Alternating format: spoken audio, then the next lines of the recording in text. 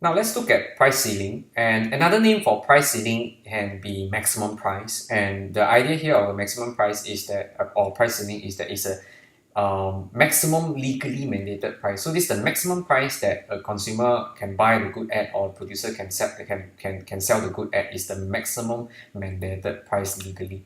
Right. So what is the purpose of putting a maximum price? There are two cases where the government may usually set a maximum price. Like for example, in the case of natural disaster or war, the government may actually try to regulate price by setting a maximum price to ensure that merchants don't sell price at ridiculous price, because that is actually what's going to happen if a war breaks out. People will actually rush to buy goods, and they know that people are panicking. The merchants may take the opportunity to raise price significantly and leave a lot of people not being able to buy bare essentials.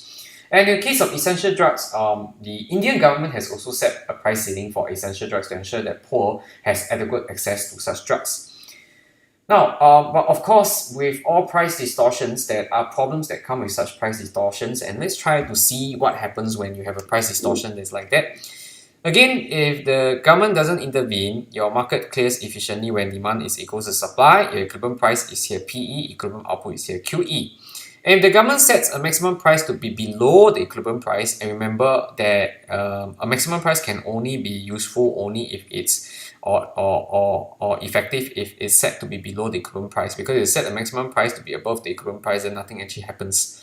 So you set a maximum price here or a price ceiling here, then what's going to happen here is that at this lower price, okay, producers are less willing to produce. So they sell less. They originally were selling at QE, now they're only willing to sell QS. Whereas at this lower price, you realize that a lot more consumers are willing to buy. So your quantity increases from QE to QD. Now what happens here, this whole distance from QS to QD is your shortage of goods.